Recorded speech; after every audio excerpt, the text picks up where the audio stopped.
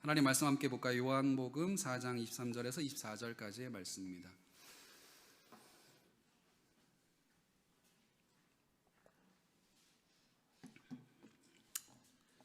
신약성경 요한복음 4장 23절과 24절, 우리가 너무나 잘 아는 말씀이지요.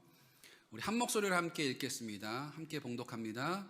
아버지께 참되게 예배하는 자들은 영과 진리로 예배할 때가 오나니 곧 이때라. 아버지께서는 자기에게 이렇게 예배하는 자들을 찾으시는지나 하나님은 영이시니 예배하는 자가 영과 진리로 예배할지니라. 아멘.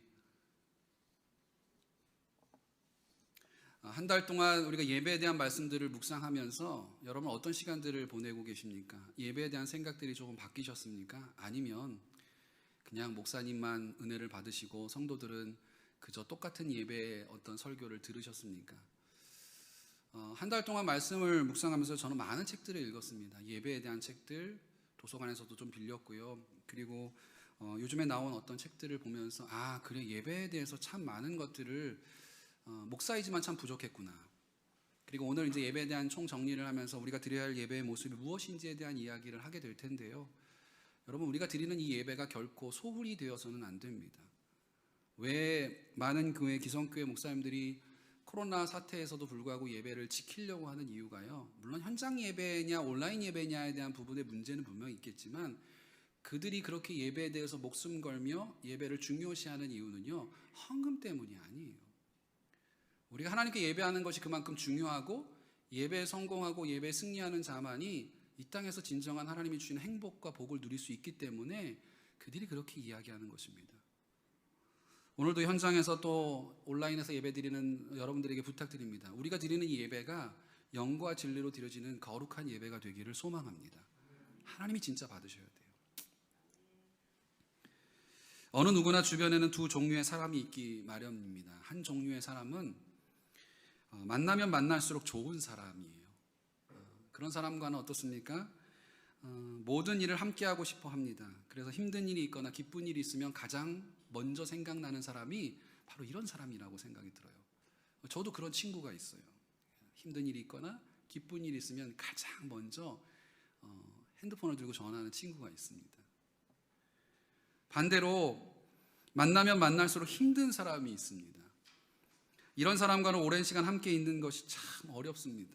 대화하는 것도, 같이 밥 먹는 것도, 함께 한 공간에 있는 것 자체도 힘든 사람들이 있습니다. 그게 부부가 되면 안 되는데 자꾸 요즘에 매스컴을 보니까 그런 사람이 부부라는 이야기가 너무 많아서 저희 가족은 그렇진 않습니다.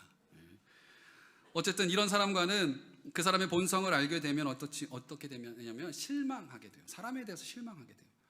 그래, 사람은 어쩔 수 없어 라는 이야기들을 하게 됩니다. 여러분, 우리 주변에 이 두 종류의 사람들을 보면서 많은 생각들을 하게 됩니다. 여러분은 그럼 과연 이 두 종류의 사람들처럼 여러분 주변에는 어떤 종류의 여러분들이 사람이 되고 계십니까? 만나면 만날수록 좋은 사람입니까? 아니면 만나면 만날수록 실망하게 되는 사람이십니까? 한번 여러분 스스로가 한번 생각해 보세요. 여러분 주변 사람들이 혹시 여러분을 피하시는 경우들이 있으면 만나면 만날수록 힘든 사람이에요. 근데 자꾸만 여러분들 가만히 있고 혼자 있고 싶은데 전화가 오면 나는 만나면 만날수록 좋은 사람이구나 라고 생각하시면 돼요. 그렇다면 여러분, 예수님은 여러분에게 어떤 분이십니까? 예수님은 만나면 만날수록 좋은 분이십니까? 아니면 만나면 만날수록 부담스러운 분이십니까? 저는 여러분에게 예수님이 만나면 만날수록 좋은 분이었으면 좋겠습니다. 우리 포도나무 공동체만큼은요, 예수님과 각별한 사이가 될 수 있었으면 좋겠어요. 만약 여러분 가운데 예수님을 부담스럽게 생각하는 분이 계신다면 아마도 그분은 아직 예수님을 제대로 만나지 못했기 때문일 것입니다. 예수님은 실제로 너무나 좋은 분이십니다. 왜냐하면 지난주에도 말씀드린 것처럼 자신의 모든 것들 올인하셔서 우리를 사랑하시는 분이시거든요. 올인하시는 분이 어떻게 좋은 분이 아닐 수가 있겠어요? 우리의 모든 것들, 우리의 삶의 모든 여정까지도 살피시고 우리를 지키시고 우리에게 만나면 만날수록 우리에게 요구하시는 것이 뭐냐면 너가 필요한 것이 뭐야 나한테 기도해봐, 내가 너에게 응답해 줄게 라고 하시는 것이 이 예수님이에요. 얼마나 좋으신 분이겠습니까? 오늘 본문에 나오는 사마리아 수가성 여인도 그랬습니다. 처음 예수님을요, 그녀는 오해했었어요. 어떤 오해였습니까? 예수님에 대해서 예수님은 그냥 한 명의 사람이야. 그냥 부담스러운, 그 당시로 말하면 사마리아 여인과 유대인이 서로 간에 함께 할 수 없는 그런 정말 부담스러운 사람으로 그는 생각했다라는 것입니다. 하지만 예수님과 대화를 나누다 보니까 이 예수님에 대해서 자신의 생각이 달라지는 모습들을 오늘 본문에서 보게 됩니다. 그리고 대화를 나누는 가운데 자신의 진짜 문제가 무엇인지도 발견하게 됩니다. 그리고 가장 중요한 예수님 만남을 통해서 나의 문제가 무엇인지를 깨닫고 난 후에 내가 잃어버렸던 참된 기쁨을 회복하는 경우가 모습이 오늘 본문에 나오고 있습니다. 이 수가성 여인은 어떤 모습을 보이고 있습니까? 오늘 본문 한번 19절과 20절 말씀을 다시 한번 읽어볼까요? 오늘 본문 19절과 20절 말씀입니다. 우리 다 같이 읽겠습니다. 시작. 여자가 이르되 주여 내가 보니 선지자로소이다. 우리 조상들은 이 산에서 예배하였는데 당신들의 말은 예배할 곳이 예루살렘에 있다 하더이다. 이 수가성 여인은 처음에 예수님을 그냥 평범한 유대인의 한 사람으로 생각했습니다. 처음 예수님을 만났을 때 흔한 유대인 중에 한 명인 줄 알고 있었기 때문에 예수님께서 그녀에게 물을 달라라고 이야기했을 때 그녀의 반응이 어떤 모습이었습니까? 9절 말씀해 보니까 이런 반응을 보이죠. 함께 읽겠습니다. 사마리아 여자가 이르되 당신은 유대인으로서 어찌하여 사마리아 여자인 나에게 물을 달라 하나이까 하니 이는 유대인이 사마리아인과 상종하지 아니함이로라. 유대인들과 사마리아인들은요 서로 상종할 수 없는 극과 극인 상태였었어요. 근데 이 유대인 예수님께서 이 사마리아인 여인에게 물을 달라고 한 거예요. 그녀가 이렇게 대답한 이유는 예수님이 누군지 알지 못했기 때문입니다. 예수님이 누군지 알았다면 아마 그는 그렇게 행동하지 않았을 거예요. 그런데 조금씩 예수님과 대화를 해보니 예수님이 자신의 조상 야곱보다 큰 사람이라는 생각이 들었습니다. 그리고 조금 더 대화를 나누다 보니까 이 예수님이 단순한 사람이 아니구나. 그냥 유대인의 한 사람도 아니고 야곱보다 더 큰 사람도 아니고 그가 선지자라는 사실을 깨닫게 된 거예요. 그래서 오늘 본문에 뭐라고 얘기합니까? 19절 말씀해 보니까 여자가 이르되 주여 내가 보니 선지자로소이다 라고 고백하는 일들이 나타나고 있다는 것입니다. 이 모든 출발점이 바로 여러분 예수님과 이 수가성 사마리아 여인이 만났기 때문에 일어난 거예요. 물을 길러 우물가를 찾았던 이 수가성 여인은 그곳에서 예수님을 만나고는 의미 없던 자신의 삶에서 예수님이 그리스도임을 깨닫게 됩니다. 그리고 자신의 잃어버렸던 예배에 대한 정체성도 다시 한번 회복해 되는 모습이 오늘 본문에 나오는 말씀의 내용입니다. 저는 아까도 말씀드린 것처럼 이번 한 달 동안 예배에 대한 많은 책들을 읽었습니다. 그리고 예배에 대한 말씀들도 많이 묵상했고 많은 분들의 설교도 들어봤습니다. 한편으로는 얼마나 부끄러웠는지 모릅니다. 목사이지만 정말 예배에 대한 오해하는 분들이 있었다는 것을 깨닫게 되었어요. 저는요 개인적으로 그리스도인이 예배에서 은혜 받은 것만으로는 신앙생활이 완성될 수 없다라고 생각했어요. 부족하기 때문에요. 어떻게 예배 한 번만으로 우리의 인생이 변화될 수 있겠습니까? 그래서 어떻게 합니까? 우리가 신앙생활이 완성될 수 있기 위해서는 예배도 해야 되고 봉사도 해야 되고 그리고 교육도 해야 된다는 생각을 참 많이 가지고 있었어요. 이것이 다 갖춰진 사람만이 하나님 앞에서 올바른 그리스도의 삶의 모습이라고 생각했어요. 그냥 예배는 성도의 의무로서 빠지지 않고 열심히 드리면 되는 것으로만 생각했습니다. 그리고 나머지 부족한 부분은 다른 것들로 채우면 충분하다라고 생각했다는 거예요. 그런데 이 예배에 대한 말씀들을 묵상하면 묵상할수록 예배가 얼마나 중요한지에 대해서 다시 한번 깨닫게 되었어요. 여러분은 어떻게 생각하십니까? 예배가 얼마나 중요한지 여러분 정말 인식하고 계시나요? 한때는요 한 주간 세상에서 바쁘게 살다가 주일 한 번 드리는 예배에 성공하는 것이 뭐가 그리 중요할까라는 생각도 했었어요. 근데 제가 요즘 여러분에게 선포하는 이야기가 무엇입니까? 우리가 슬기로운 신앙생활 실천하기 1번이 뭐죠? 한 번뿐인 주일 예배에 목숨 걸자는 거예요. 승리하자는 거잖아요.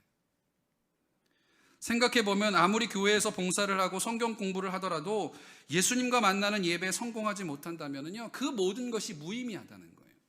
여러분 예수님과 만나지 못하는데 우리가 봉사하는 것은요 기쁘지 않아요. 여러분 교회에서 봉사하시는 분들을 가끔 보면 억지로 하시는 분들이 참 많아요. 그분들의 특징이 뭐냐면 그들이 예수님을 진정으로 못 만났기 때문에. 주님을 만나는 예배에 성공하지 못하기 때문에 봉사가 기쁘지 않는 거예요. 성경 공부도 마찬가지입니다. 여러분 성경 공부하는데요, 성경 공부를 예수님 만나지 못하고 예배에 성공하지 못한 채 성경 공부를 하면 어떤 일이 벌어지냐면요, 머리만 커지는 신앙인이 될 수밖에 없어요. 결과적으로 나중에 어떻게 합니까? 목사님과 대립해요. 목사님 설교가 잘못됐느니, 아니 교회가 다른 길로 간다느니, 이런 얘기를 하면서 나는 이 교회 더 이상 다닐 수 없기 때문에 나는 교회를 나가겠습니다 라고 이렇게 얘기하는 경우들이 참 많아요. 그래서 우리는 예배에 성공한 사람이 되어야 된다는 것입니다. 예배에 성공한 사람만이 기쁨으로 봉사할 수 있고, 예배에 성공한 사람만이 성경 공부를 통해서 주님을 알아감을 통해서 삶이 변화될 수 있다는 거예요. 저는 그런 의미에서 오늘 드려지는 예배가 하나님이 기뻐 받으시는 성공한 예배가 될 수 있기를 주님의 이름으로 축복합니다. 개척을 준비하면서 1년간 다른 교회에 예배를 드린 적이 있었습니다. 저는 이렇게 사역을, 부교육자를 19년 정도 사역을 했었는데요, 사역하다가 중간중간에 제가 쉬었던 기억이 있어요. 1년 정도씩 이렇게. 그때 쉬었을 때 뭘 했냐면요, 그냥 쉰 게 아니라요, 한국의 교회들을 탐방을 한 적이 있었어요. 서울에 있는 좋은 교회, 지방에 있는 어떤 교회들을 이렇게 두루 다니면서 탐방 일지를 썼던 적이 있어요. 참 그때 썼던 일지들을 보면 참 어리석었더라고요. 제가 감히 예배를 판단하고 이 교회는 뭐가 문제가 있고 이 교회는 뭐가 참 좋았다, 이렇게 일기를 써놨는데요, 보면서 지금 보면 다 폐기시켜버렸어요. 아니 제가 무슨 예배 평가, 그때 전도사 시절인데 무슨 예배를 평가할 수 있었겠어요. 눈으로 보여지는 어떤 예배 형태들만 본 것이지요. 개척을 준비하는 1년 동안은 그래서 작은 교회들을 다녔었어요. 작은 교회를 다니면서 그 교회가 어떻게 예배를 드리고 어떻게 하나님 앞에 순전하게 나아가는 모습들, 그리고 목사님의 목회 마인드는 어떤 것인지에 대해서 이렇게 많이 대화하는 시간들을 가졌어요. 그 중에 한 교회를 정착해서 몇 개월 정도 교회를 다니는데요, 그때 드렸던 예배가 제가 얼마나 행복했던지 모릅니다. 그 교회가 어딘지 궁금하시죠? 다 그 교회를 갈까봐 두렵지만, 하지만 그게 아니라 목사이기 때문에요, 목회자이기 때문에 사실은 주일 예배예요, 예배 성공하기란 참 쉽지 않은 것 같아요. 그도 그럴 것이 주일만큼은 목회자들은 긴장할 수밖에 없습니다.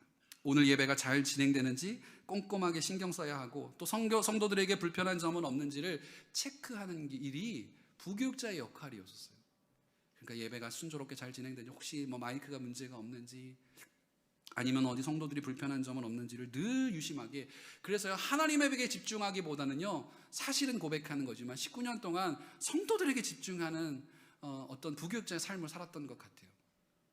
그러니까 예배가 온전히 드려질 수가 없었다는 것입니다.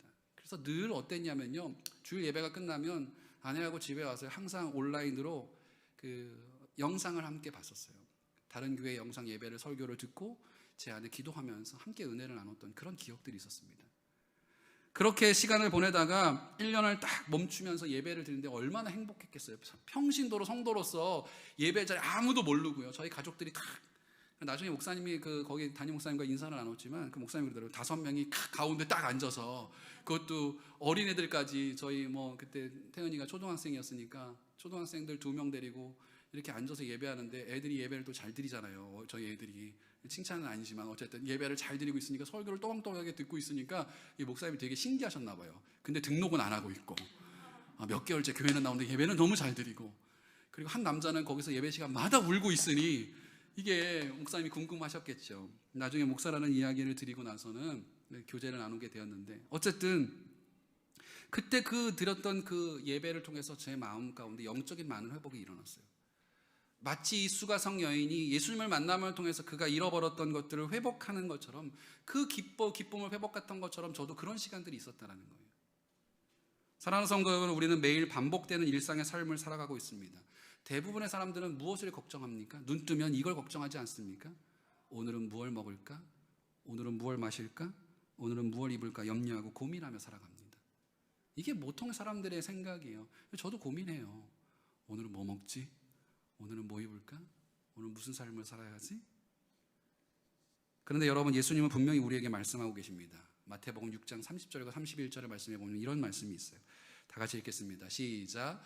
오늘 있다가 내일 아궁이에 던져지는 들풀도 하나님이 이렇게 입히시거든 하물며 너희 일까 보냐. 믿음이 작은 자들아, 그러므로 염려하여 이르기를 무엇을 먹을까, 무엇을 마실까, 무엇을 입을까 하지 말라. 예수님 뭐라고 말씀하고 있어요? 우리가 늘 일상적으로 눈 뜨면 하는 고민, 무엇을 먹을까, 무엇을 입을까, 무엇을 마실까를 염려하지 말라라는 거예요. 왜요? 예수님이 그걸 다 해결해 주실 거니까 걱정하지 말라는 거예요. 하지만 어느 날 예수님을 만나면 이런 일상의 문제에서 우리의 관심이 변하게 됩니다. 이 수가성 여인처럼 삶의 문제가 아닌 진정한 의미에서 하나님을 예배하게 된다라는 것입니다. 본문에 등장한 수가성 여인은요, 아픔이 많은 여자였어요. 얼마나 아픔이 많았습니까? 남편에게 사랑받지 못한 여자였어요. 더군다나 가정도 실패한 가정. 그로 인해서 나타난 병도 있었습니다. 그게 뭐냐면 대인 기피증이에요. 사람을 만나는 걸 두려워했었어요. 자신의 실패한 인생 때문에 누구와도 대화하는 것을 회피하게 되고, 결과적으로는 오늘 본문에 나와 있는 것처럼 사람들을 피하여 가장 무더운 시간에 물을 길러 우물가에 왔어요. 그곳에서 예수님을 만난 거예요. 그런데 그렇게 아픔이 있었고 문제가 많은 여인이었지만 그녀가 한 가지 포기하지 않았던 게 있어요. 여러분, 오늘 본문의 말씀을 잘 보시면요, 이 여인이 포기하지 않았던 게 있는데 그게 뭐냐면요, 바로 예배였어요. 예배. 그것을 알 수 있는 것은 이 그녀가 예수님이 선지자라는 것을 알게 되고 예수님께 첫 번째 했습니다. 시작. 우리 조상들은 이 산에서 예배하였는데 당신들의 말은 예배할 곳이 예루살렘에 있다 하더이다. 아까 말씀드린 것처럼 이 수가성 여인은 비록 아픔이 많았고 문제가 많았던 여인이었어요. 다른 사람들의, 세상 사람들의 시선으로 봤을 때는 실패한 여인이라고 말할 수 있을 것입니다. 그런데요, 그런 실패한 여인이었음에도 불구하고 그는 그에게 분명히 우리가 본받을 것이 하나 있는데, 그것이 무엇이냐면 그녀는 어떠한 상황 속에서도 예배만큼은 관심을 놓지 않았다는 거예요. 우리는 문제가 있으면 가장 먼저 나타나는 증상이 무엇입니까? 사람들을 회피하는 게 아니라 예배를 회피해요. 내가 문제가 있고 내가 힘든 문제가 있으면 가장 먼저 교회에 나오지 않아요. 예배를 드리지 않아요. 왜냐하면 하나님이 내 기도 가운데 응답해 주지 않고 이 어려움을 꼭 하나님이 줬다라고 이야기하는 경우들이 참 많아요. 물론 아까 우리 권사님의 기도처럼 코로나가 우리를 통해서 주시는 하나님 분명히 메시지가 있다라고 저는 생각해요. 어려움을 주신 이유가 단지 그냥 우리 인간의 잘못만으로 인해서 하나님께서 주신 것은 아니에요. 이 시간들을 통해서 분명히 하나님을 올바로 바라보게 하시고 예배에 대한 정체성을 우리가 다시 한번 회복하기를 위한 하나님의, 저도 이유 있는 문제라는 생각이 전 들어요. 그럼 어떻게 해야 됩니까? 그래, 오늘 목사님이 하나님이 주신 고난이라고 했으니까 오늘부터 이 코로나가 있을 때마다 하나님 원망해야겠구나 라는 생각이 드십니까? 아니, 절대 그렇지 않아요. 우리는 그 깨달음을 통해서 하나님 앞에 나아갈 수 있어야 돼요. 이 문제를 주신 분도 하나님이시라고 한다면 이 문제를 해결하시는 분이 누구예요? 백신입니까? 백신이 아니에요. 이제 백신이 왔으니 우리는 살 수 있게. 아니에요, 여러분. 백신이 아니라 우리의 문제를 해결할 수 있는 분은 하나님이시기 때문에 그 하나님께 기도하며 나아가면 된다라는 거예요. 오늘날 많은 그리스도인들이 예배에 대해 오해하는 것 중에 하나는 예배를 하나의 형식만으로 생각한다는 거예요. 그래서 예배의 자리에 나와 찬양하고 설교를 듣는 것을 어떤 미션 수행하는 것 정도로만 생각하고 있어요. 오늘 드디어 나도 그리스도인으로 오늘 주일 예배를 드렸으니까 나는 미션 성공했어. 이번 한 주간 승리하겠구나 라고 생각하는 경우들이 참 많다는 거예요. 여러분, 그러나 이것은 예배에 대해 굉장히 오해하는 부분입니다. 예배는요, 참여하는 것이 아니라요, 예수님과 만나는 시간이에요. 비록 내가 와서 예배 자리에 앉아있고 입술로는 찬양을 하고 있고 귀로는 하나님 말씀을 듣고 있다 할지라도요, 예수님을 만나지 않으면 이 예배는 실패한 예배가 될 수밖에 없다라는 거예요. 그게 어디 나오냐면 창세기에 보면은 인류 최초의 예배가 나오죠. 어떤 예배입니까? 누가 드린 예배입니까? 가인과 아벨이 드린 예배가 나오죠. 우리 창세기 4장 3절과 5절 말씀에 보면 이런 말씀이 나옵니다. 다 같이 읽겠습니다. 시작. 세월이 지난 후에 가인은 땅의 소산으로 제물을 삼아 여호와께 드렸고 아벨은 자기도 양의 첫 새끼와 그 기름으로 드렸더니 여호와께서 아벨과 그의 제물은 받으셨으나 가인과 그의 제물은 받지 아니하신지라. 여러분, 이 본문을 가지고 목사님들이 다양하게 해석하고 설교하는 분들이 참 많이 있습니다. 어떤 분들은 가인이 드린 예배가 피의 제물이 아니었기에 하나님께서 받지 않으셨다라고 얘기하는 분도 있고, 또 어떤 분들은 첫 소산이 아니었기 때문에 예수님께서 받지 않았다라고 얘기하는 분들도 있습니다. 왜냐하면 성경에 보니까 아벨의 첫 양 새끼를 잡아서 달았지만 가인은 그렇지 않게 땅의 소산을 제물로 삼았다라고 이야기했기 때문에 첫 것이 아니었기 때문에 그랬다라는 이야기를 하는 경우들도 있습니다. 심지어 어떤 분들은 값어치의 차이 때문이라고 말하는 분들도 있어요. 많은 제물을 드리면 하나님이 기뻐 받으시는데 적게 드린 것은, 왜냐하면 양의 가치와, 생명 있는 양의 가치와 어떤 그 당시만 하더라도 소산, 땅의 어떤 그런 식물들의 가격은, 분명 곡식들의 가격은 차이가 있기 때문에 훨씬 더 값어치 있는 헌금을 드린, 제물을 드린 이 야벨의 예배만 받으셨다라고 이야기하는 경우들도 저는 들었어요. 그래서 제가 설교를 듣다가 정말인가? 아니 목사님 정말 그래서 제가 막 언어를 찾아봤는데 그 어느 곳에도 그런 이야기는 없어요. 여러분 정말 하나님이 그런 분이시라고 생각하십니까? 아니에요. 하나님은 그런 분이 아니에요. 하나님께서 가인의 예배를 받지 않으신 가장 중요한 이유는요, 가인이 하나님의 방법이 아닌 자신의 방법으로 예배를 드렸기 때문이에요. 하나님 오늘 우리에게 분명히 말씀하고 계십니다. 하나님이 기뻐하시는 예배를 드리라고요. 그 결과 여호와께서는 가인과 그 제물은 받지 않으셨어요. 로마서 12장 1절 말씀에 보면 이런 말씀이 있습니다. 우리가 너무나 잘 아는 말씀인데요, 다 같이 읽겠습니다. 그러므로 형제들아, 내가 하나님의 모든 자비하심으로 너희를 권하노니 너희 몸을 하나님이 기뻐하시는 거룩한 산 제물로 드리라. 이는 너희가 드릴 영적 예배니라. 너희 몸을 하나님이 기뻐하시는 거룩한 산 제물로 드리래요. 하나님이 기뻐하시는 예배는 어떤 무엇을 드리느냐가 중요한 게 아니라 우리가 하나님 앞에 어떤 마음으로 나아가느냐가 중요하다는 거예요. 여러분 오늘 이 자리에 어떤 마음으로 오셨습니까? 우리가 드리는 예배가 정말 영적 예배로, 살아있는 예배로 드리고 있습니까?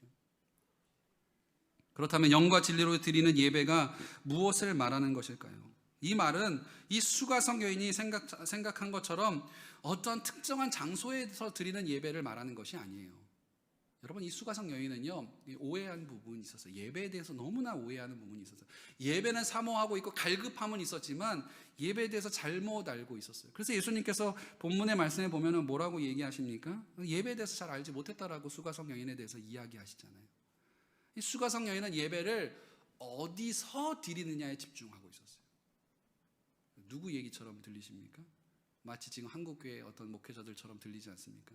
교회에서만 드려야 하나님 받으시는 예배고 가정에서 온라인으로 드리는 예배는 받지 않으신다라고 얘기하는 목회자들이 있어요. 여러분 그것은 예배에 대해서 잘못 알고 있는 거예요. 오늘 분명히 하나님께서는 얘기하고 계시잖아요. 어디서 예배하느냐라고 이야기하는 이 수가성 여인에게 그 이야기를 들으시면서 예수님께서는 오히려 반문하시면서 그게 뭐라고 하냐면 어디서가 중요한 것이 아니라 영과 진리로 하나님 앞에 예배하는 자들을 하나님께서 찾으신다라고 얘기하고 있어요. 그러면 영과 진리로 예배하는 것이 무엇입니까? 예전에 개역 한글 성경에는 오늘 본문의 말씀을 뭐라고 이야기하죠? 하나님은 영이시니 신령과 진정으로 예배하라고 말씀하고 있죠. 우리가 그게 입이 더 익숙하지 않습니까? 신령과 진정으로. 근데 왜 개역 개정을 바꾸면서 이 본문의 말씀을 이렇게 바꿨는지 아십니까?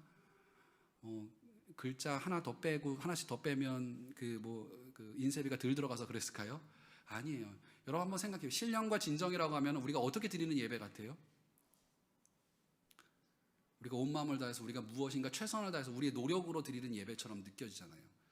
근데 예배는 그게 아니에요. 그 본문의 말씀을 오해하다 보니까 자꾸만 예배를 어떻게 최선을 다해서 뭔가 더 갖춰지고 뭔가 더 화려한 예배를 통해서 그래야만이 하나님께 드리는 영적 예배라고 생각하는 경우들이 나타나고 있었다는 거예요. 근데 오늘 본문의 말은요, 사실 그게 아니에요. 영으로 드리라는 거예요. 영. 이 영은 본문의 말씀을 잘 해가면 성령을 이야기합니다. 즉 성령으로 거듭난 사람들이 성령의 도우심으로 영이신 하나님께 드리는 예배가 영과 진리로 드리는 예배라는 거예요. 우리의 노력과 우리의 힘이 아닌 어떤 잘 갖춰진 시스템이 아닌 성령의 도우심을 구하면서 하나님의 그 인도하심과 그 능력을 통해서 드리는 예배, 그 영적인 예배가 하나님이 기뻐 받으시는 예배라는 거예요. 그래서 오늘 본문에 뭐라고 합니까? 24절에 보니까 하나님은 영이시니 예배하는 자가 영과 진리로 예배할지니라. 아멘입니까? 많은 재물이 문제가 아니라 잘 갖춰진 시스템이 아니라 하나님인 영이시기 때문에 영적인 존재이기 때문에 육적인 어떤 보여지는 시스템이 아니라 하나님 앞에 영을 구하며 성령의 그 능력을 구하면서 그 성령의 인도하심을 통해서 온전히 영적으로 드리는 예배를 하나님은 기뻐 받으신다는 거예요. 우리는 종종 예배를 드리고 난 후에 이런 말을 합니다. 제가 참 듣기 좋아하는 말이거든요. 은혜 받았습니다 라는 얘기예요. 부교육자 때 너무 듣기 좋더라고요. 그래서 내가 오늘 설교를 잘했는지 안 했는지를 설교를 나와서 성도들이 아유 목사님 오늘 은혜 받았어요. 말씀에 은혜 받았어요. 이 말을 들으면 그래 오늘 설교 성공했어. 단 한 명이라도 성공했어. 근데 내려왔는데도 아무도 본체만 취하고 자기 일들을 하면은요, 오늘 설교는 죽을 썼구나 라는 생각을 했었어요. 근데 오늘 예배를 준비하면서요, 이 은혜 받았다는 말이요, 여러분 한번 생각해 보십시오. 이 은혜 받았다는 말이 무슨 말입니까? 그 은혜 받았다는 말씀을 하시는 그분이요, 내가 만족한 예배를 드렸다는 거예요. 내가 좋아하는 찬양, 오늘 목사님 은혜 받았어요. 오늘 어쩌면 내가 좋아하는 찬양만 골라서 예배했어요. 들어보면 설교에 은혜 받은 게 아니라 찬양을 잘 골랐다는 거예요. 설교에 은혜 받았다는 얘기도 해요. 오늘 목사님 설교에 은혜 받았어요. 오늘 본문이 내가 가장 좋아하는 말씀이에요. 이게 무슨 말이에요? 설교는 하나도 기억이 안 나는데 본문만 기억한다는 거예요. 제가 이번에 예배를 준비하면서요, 이렇게 많은 교회 예배들을 봤어요. 특별히 대형교회 목사님들이 예배를 설교를 들었는데요, 큰 교회 대형교회 목사님들이 예배 설교하기 전에 하는 스타일들이 있더라고요. 뭔지 아세요? 저도 따라할까 생각하고 있어요. 예배단성의 목사님이 근엄하게, 연세가 좀 있으니 목사님 딱 나오면서 할렐루야, 오늘도 이 자리에 오신 모든 분들이 하나님의 축복과 하나님의 능력과 하나님의 은혜가 가정 가운데 넘쳐나시기를 소망합니다. 갑자기 아멘 소리가 확 하시면서, 그래서 제가 나도 축복을 먼저 하고 설교를 시작해야겠구나. 은혜 받았다는 말은 우리의 만족 가운데 있다는 거예요. 내가 좋아하지 않는 찬양, 내가 싫어하는 설교, 내가 찔리는 설교를 하면 어떻습니까? 나오면서 성도들이 오늘 예배 별로였어 라는 이야기를 한다는 거예요. 이런 말들을 하는 이유는 대부분 예배를 자신의 기준으로 드리고 있기 때문입니다. 오늘 예수님께서는 하나님이 찾으시는 참된 예배자가 어떤 사람인지를, 여러분 성경의 본문에 예배에 대한 이야기가 설교가 굉장히 많아요. 그런데 예수님이요, 예배에 대해서 이야기하신 본문은 딱 이 한 구절이에요. 예배가 무엇이다, 예배자가 어떤 사람이다라고 얘기하는 건 이 요한복음 4장에 나와 있어요. 오늘 본문에도 하나님이 찾으시는 참된 예배자가 어떤 사람인지 오늘 본문 23절에 나와 있습니다. 우리 다 같이 한번 읽어볼까요? 시작. 아버지께 참되게 예배하는 자들은 영과 진리로 예배할 때가 오나니 곧 이때라. 아버지께서는 자기에게 이렇게 예배하는 자들을 찾으시느니라. 예수님께서는 참되게 예배하는 자, 즉 영과 진리로 예배하는 자를 말씀하고 계세요. 그런 자들을 아버지께서 찾으신다라고 말씀하고 있다는 것입니다. 사랑하는 여러분, 저와 여러분들이 바로 이 하나님이 찾으시는 참된 예배자가 되기를 주님의 이름으로 축복합니다. 그 무엇보다, 그 어떤 것보다 가장 우선시되는 게 예배에 성공하는 거예요. 어느 날 40대 아들과 60대 어머니가 예배에 대한 이런저런 대화를 나누는 내용을 대화를 나눴다고 합니다. 어느 날 이 아들이 어머니에게 자신이 예배를 드리기 싫은 이유 세 가지가 있다라고 이렇게 말을 했대요. 어머니, 나는 예배를 오늘 가기 싫습니다 라는 이유를 세 가지를 댔대요. 그래 아들아 얘기해봐라. 첫 번째, 주일에 낮잠 한번 자보고 싶습니다. 그쵸. 저도 꿈에 11시에 도대체 TV에서 뭐가 하는지가 궁금할 때가 가끔 있어요. 요즘에는 뭐 IPTV가 있어서 이렇게 돌아보면 되지만 가끔은 주일날도 그래 한번 낮잠 자면 어떤 느낌일까라는 생각을 해본 적도 저도 있긴 있어요. 두 번째로, 어머니, 저는 장로님의 기도가 너무 길어서 예배 가기 싫습니다. 저희 교회는 아니에요. 장로님이 안 계시니까. 저희 교회는 다 기도가 이렇게 알맞게 다 해주시는 것 같아요. 마지막 세 번째, 성가대의 불협화음이 듣기 싫어서 교회 가기 싫습니다. 이 얘기를 들은 어머니께서 아들에게 그럼에도 불구하고 예배에 참석해야 할 이유 세 가지를 말해주었다고 합니다.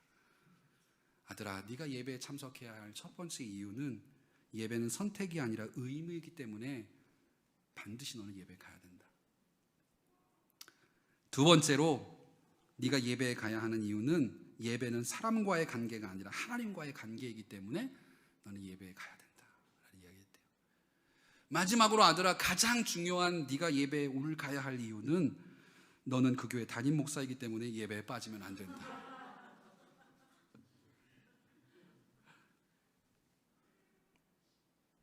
이 목사님들이 예배 자리에 가는데 얼마나 힘든지 고충을, 저도 이걸 들으면서 웃기도 하면서 아프기도 한 그런 좀 생각이 들더라고요.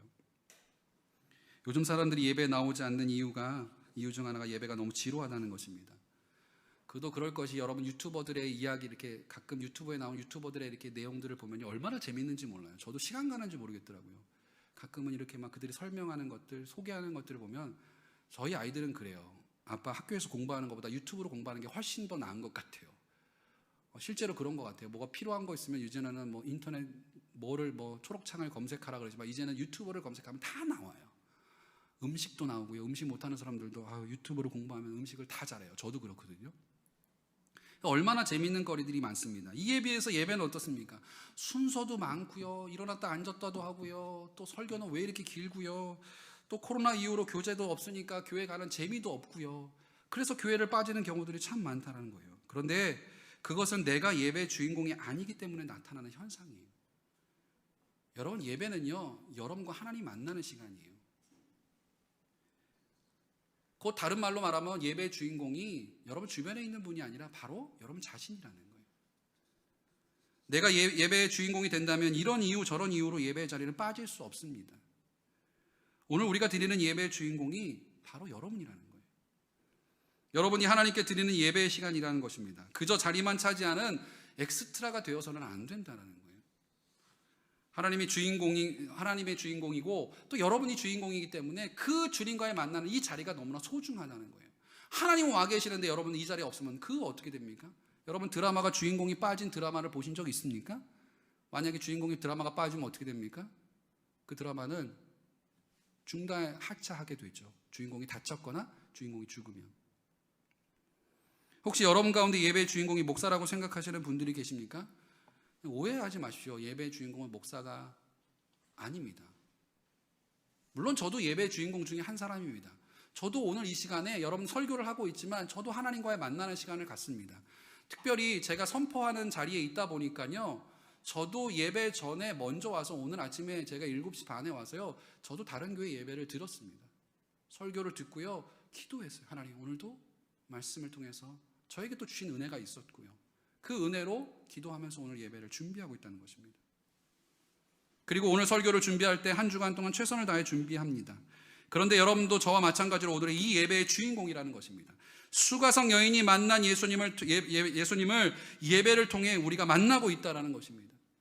여러분이 예배의 주인공처럼 예배 드릴 수 있어야 합니다. 이것이 바로 바울이 말하고 있는 진정한 예배의 모습이에요. 부모님들이 학생인 자녀에게 가장 많이 하는 잔소리가 뭐죠? 공부하라는 얘기잖아요. 어느 날 우리의 자녀가 만약에 왜 내가 공부해야 됩니까? 라고 질문한다면 부모님들은 뭐라고 대답하시겠습니까? 넌 학생이니까 공부하는 게 당연해 라고 이야기하지 않겠어요? 그렇잖아요. 학생 때 공부하지, 학생 지나고 나서 지금 30, 40 된 분들한테 공부하라고 잔소리하는 부모님이 있습니까? 없죠. 학생 때니까, 학생들이니까 공부해야 되는 게 당연해요. 그렇다면 왜 저에게 예배해야 되냐고 물으신다면 저는 여러분에게 이렇게 대답하고 싶어요. 우리가 하나님의 자녀이기 때문에 예배하는 것은 당연하다라고요. 하나님의 자녀이기 때문에 주님을 만나는 건 당연하고, 우리가 목숨 걸고 이 예배의 자리를 지켜야 하는 이유가 때로는 지루하고 재미없다 할지라도, 유튜버처럼 재미없다 할지라도 우리가 예배를 지켜야 하는 이유는 하나님의 자녀이기 때문이라는 거예요. 수가성 여인에게는 남편이 5명이나 있었지만 그의 부족함을 채워주지 못했습니다. 또한 예배에 대한 갈급함은 있었지만 올바른 예배가 무엇인지 몰랐습니다. 하지만 예수님을 만나고 난 후에 자신의 부족함이 무엇인지를 깨닫고 예수님이 그 채워주는 은혜를 경험하게 돼요. 그리고 예배에 대해서 알지 못했지만 주님을 만나고 통해서 진정한 예배가 무엇인지를 알게 되고 그의 삶이 놀랍게 변하는 모습이 있어요. 어디에 있냐고요? 성경에 있어요. 28절에서 30절까지의 말씀 한번 보겠습니다.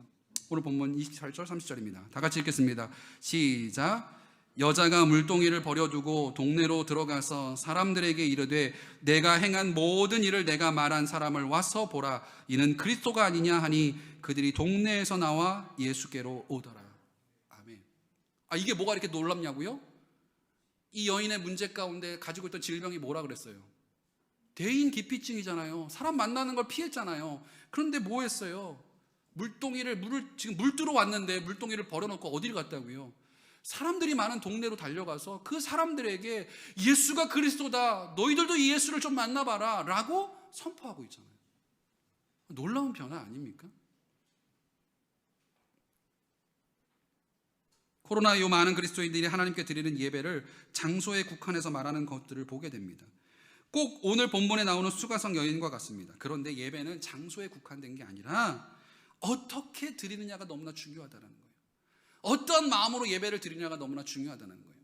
그래서 제가 여러분에게 부탁드립니다. 여러분, 예배 시간에 좀 일찍 오세요. 물론 거리도 있고 힘들지만 저도 충분히 이해해요. 하지만 여러분, 예배 시간은 11시라고 안 하고 10시 반이라고 할까 생각하고 있어요. 예배는 11시 시작하되.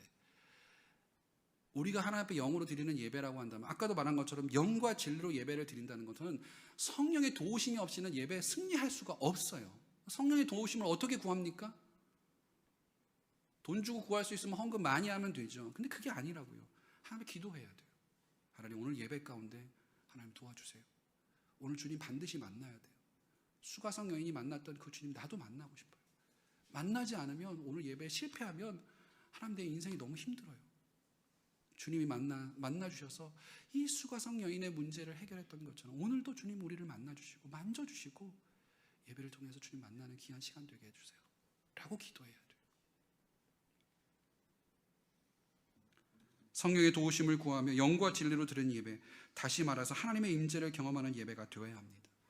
사랑하는 여러분, 어떻게 이런 예배를 드릴 수 있냐고요? 서두에 말씀드린 것처럼 좋은 만나면 만날수록 좋은 사람은 어떻게 한다고요? 모든 것들을 함께 하고 싶다 그랬잖아요. 주님과 깊은 교제 시간을 가지면 이런 예배를 드릴 수 있어요.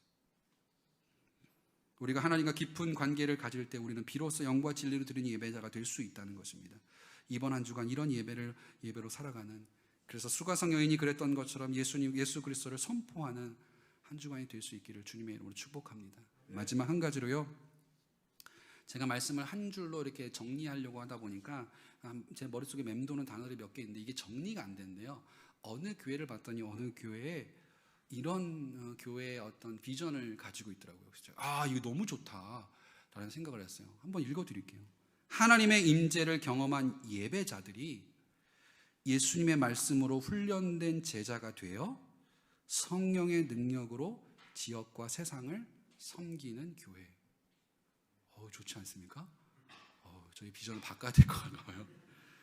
하나님의 임재를 경험한 예배자들이 예수님의 말씀으로 훈련된 제자가 되어 성령의 능력으로 지역과 세상을 섬긴다.